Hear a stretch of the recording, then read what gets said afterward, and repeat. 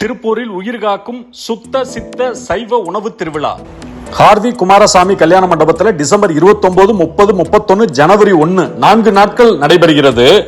காய்ச்சல், தலைவலி, கைகால் வலி, உடம்பு வலி, நம்ம அன்றாடம் சந்திக்கிற உடல் சார்ந்த சிறு சிறு பிரச்சனைகளுக்கு ஆஸ்பத்திரிக்கு போகாதீங்க. எங்க மூலிகை சிறுதானிய உணவுகளை சாப்பிடுங்க, சரியாயிரும் சொல்றாங்க. 200க்கும் மேற்பட்ட பாரம்பரிய சிறுதானிய அறுசுவை மூலிகை உணவுகள். நாம அன்றாடம் சாப்பிடும் உணவுகள் என்ன சுவையா இருக்கோ அதோட கூடுதல் சுவையாகவும் இருக்கும், ஆரோக்கியமானதும் கூட. பக்க விளைவுகள் எதுவுமே இந்த உணவு வகைகள்ல கிடையாது.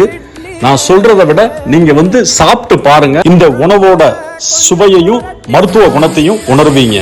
அவசியம் குடும்பத்தோட குழந்தைகளோட கார்த்தி குமாரசாமி கல்யாண மண்டபத்துக்கு வாங்க. 4 நாட்கள் நடைபெறுகிறது.